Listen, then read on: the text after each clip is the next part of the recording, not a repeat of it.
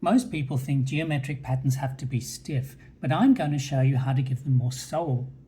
I'm going to use the diamond grid not to be perfect, but to be perfectly organic. Think of it as the lazy way to get professional flow without the math headache. Let's get into it.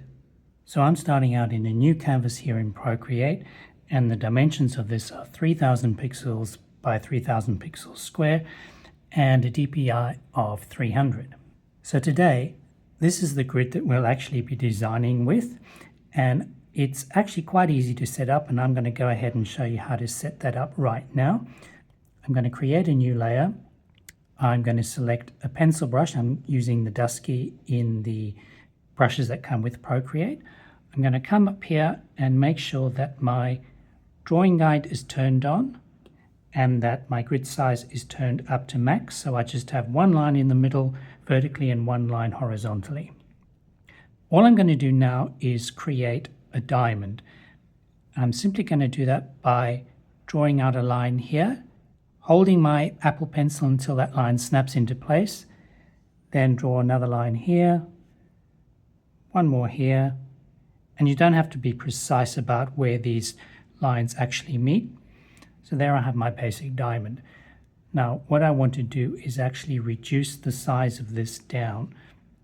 So I'm going to select, tap on my arrow icon, make sure snapping and magnetics are both turned on and that uniform is selected down here. This means when I press and hold on this blue node and scale it down, it will scale uniformly, and I'm going to snap it into place in the center there. Whilst it's still selected, I'm simply going to move it down until it snaps into place on the horizontal line. Then, and this is important, I'm going to select Freeform down here because I actually want to squash this diamond horizontally. So I'm going to select and hold on this node when it works, and just move it, squash it in a little bit like that. Maybe a little bit more. Now the size of this doesn't matter at the moment, and you'll see why next. I'm going to deselect that, come back to my layers. I'm going to swipe left to duplicate that, select it by tapping on my arrow icon, and still with my snapping in place, I'm going to move it along until it snaps into place next to the original diamond. Deselect that, make another copy of that, select my arrow icon and move this over to the right until it snaps in place next to that second diamond, and deselect. Now what I want to do is select all of these diamonds and actually just stretch them out until they snap onto the right edge. So I'm going to come up to my layers, select the top layer and swipe right to select the other layers. Tap on my selection arrow, still making sure that Freeform is selected at the bottom here, and I'm simply going to tap and stretch them out until they snap to the right edge of the canvas, and deselect.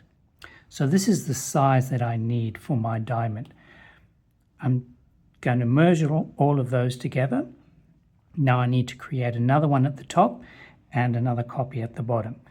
So I'm going to swipe left on that layer to duplicate it. Make sure that top layer is selected.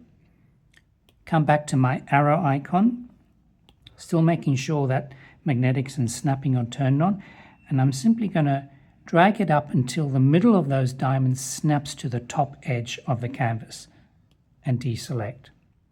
I'm going to make another copy of my original layer, come back to the arrow tool. This time I'm going to move it down until the middle of those diamonds snap to the bottom edge of the canvas. So now I've created my diamond grid, and it doesn't matter that they're not matching up perfectly. We don't need them to match up perfectly in this instant. What I'm going to do is merge all of those layers together. Now I simply want to create the vertical lines going through the middle of those diamonds as well as the horizontal ones. So still with my pencil tool selected, I'm simply going to draw a line down and hold until it becomes a perfect line and snaps into place. I'll continue on the next diamond till it snaps into place. And again, these don't have to be perfect. They're just to give us a guide. Do one in the middle another one down here, and one more down here. Now that one wasn't great, so I'm going to undo that, try and get a little bit more in place. That's better. So those are my vertical guides. Now I'm going to come across and do the same thing but horizontally. So it's just to give me a reference point. That's all we're doing for now. That's my guide now created. In my layers panel, I'm going to select on the N letter. This is the blending mode, and I'm simply going to turn it into multiply. And the reason I do this is because I'll just demonstrate. Now, if I create a layer beneath this multiplied layer, and I'll just get any color here, get orange, still using the pencil brush. If I just create some kind of doodle, let's go bigger for you. If I create some kind of doodle there, if I zoom in, you can still see my grid showing through. And that's the beauty of multiply mode. What multiply mode does is it hides any white on your layer, but it allows you to see through to all the layers underneath. If I created a layer above that grid layer and I started to paint, you can see that whatever I'm painting is covering up my grid, so it makes it difficult for me to see. And we need to see this grid so that we can start creating the pattern. So I'll just delete those two layers. And what I'm going to do is just reduce the opacity of that guide, just so I can see it not so strong. So now we're ready to start creating our geometric pattern. So this is the pattern that we're going to be creating today. I've also gone ahead and on a separate layer made a note of the different colors that I need to use in the various shapes, just so I have an idea. I'm going to now go ahead and start creating this pattern. I'm going to come into our brushes library and I'm going to select the pastels, and I'm going to be using the Ravenswood brush for this design, simply because it gives it a lot of texture and that kind of gritty handmade feel that we're going for. So I have chosen my color palette. This is the color palette that I'll be using here. I'm going to start with this pink color. So every time we use a new color, we use a new layer for that color. So I have this layer 5 selected. I have my brush selected. I might just turn the opacity of these shapes down, as well as the letters. And I'm not going to be too fussy about it. Remember, we're going for more of that organic kind of feel. So even though this is a fairly straight-edged brush, I'm not going to be too precious about it. Now, because we're going to be using the grid repeat method to create this pattern, I want to make sure that I stay away from any edge of the canvas. So I don't want to create any design that goes over the edge of the canvas.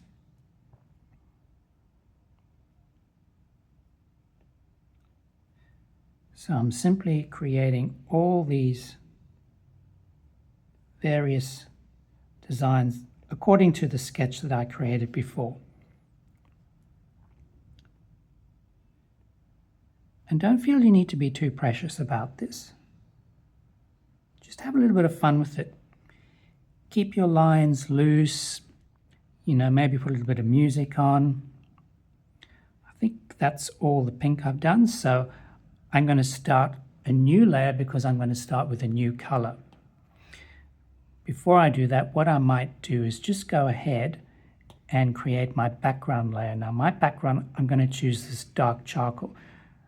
So I'm going to select the color in my color palettes and I'm going to drag that in.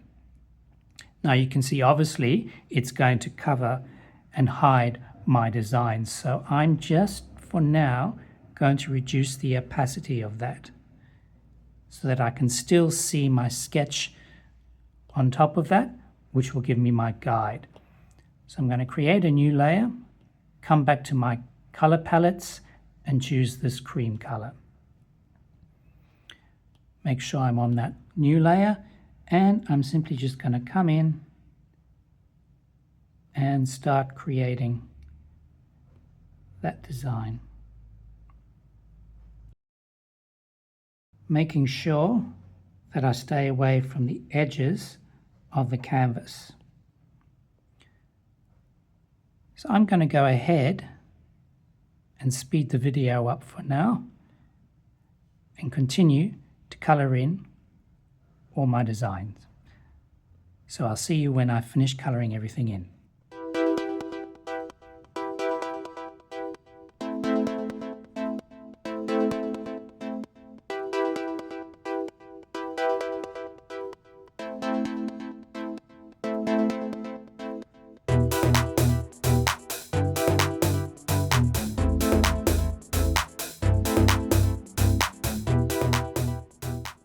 Okay, so that's basically my pattern repeat tile created.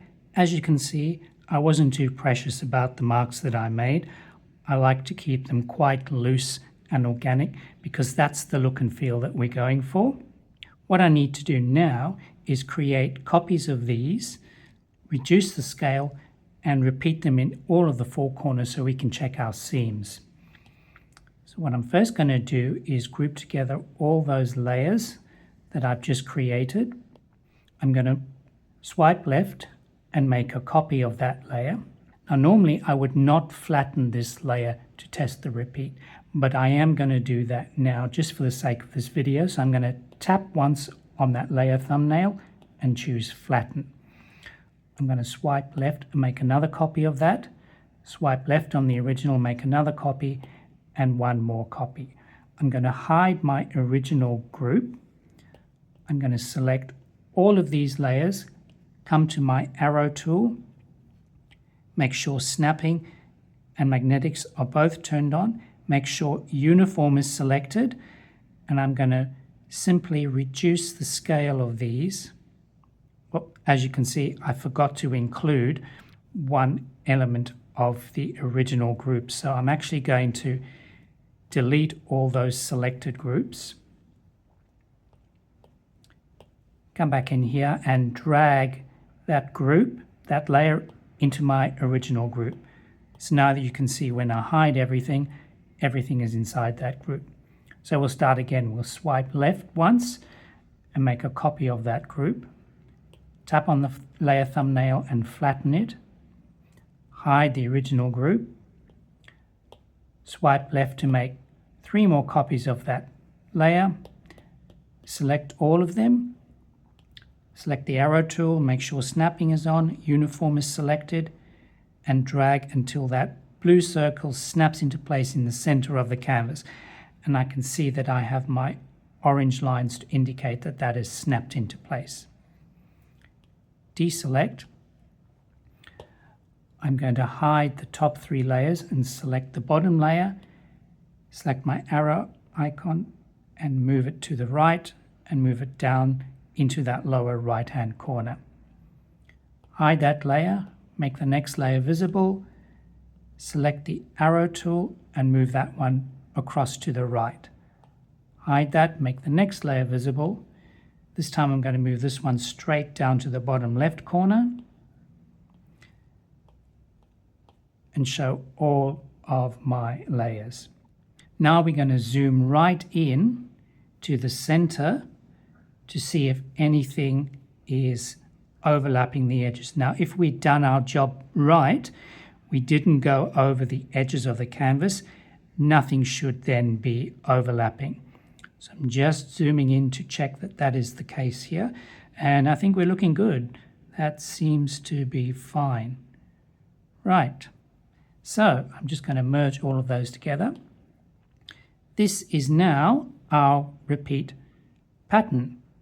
As you can see, it is in a grid feature, so that is slightly a little bit blocky, but it does have that organic flowing movement to it.